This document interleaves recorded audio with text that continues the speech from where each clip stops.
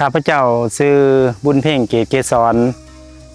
อยู่บ้านหอยโกเมืองปุถุพรแขวงจำปาสักแนะนำข้าพเจ้าเป็นหัวหน้าครอบครัวอยู่ในบ้านนี่ก็แล้วก็มีเนี่ยความคิดหนุ่มว่าอยากเฮ็ดจังไดอยากให้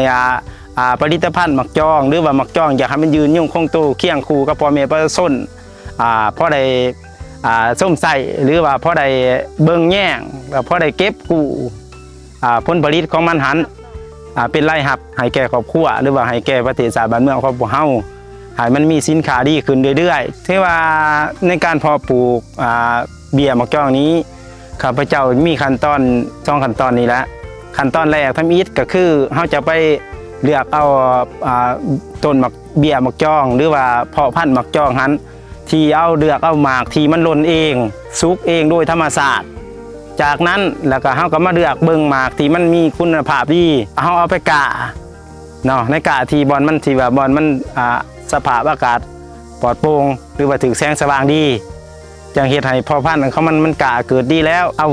เบี้ยที่มันเกิดดีแล้วหันมาเข้าเบ้าละมันได้ระยะหนึ่งหรือว่ามันตกใบ1ใบ2ล่ะเฮาจึงสามารถเอาเบี้ยจำนวนที่เฮาต้องการหันไปปลูกในจุดที่เฮาต้องการจังซั่นก็ขอฝากนำองค์การจัดตั้งทุกภาคส่วนที่ขั้นตอนโดยเฉพาะกับหน่วยงานหมักจ้องนี้เป็นผู้เบิ่งแย่งซอยเดือกันคณะพัฒนาการปลูกป่าหมักจ้องก็ไปขอเป็นส่วนหนึ่งจะอยู่ในการปลูกป่าหาสาดูแลซอยกันเฮ็ดให้หมักจ้องเฮามียืนยงคงโตตลอดไปขอขอบใจ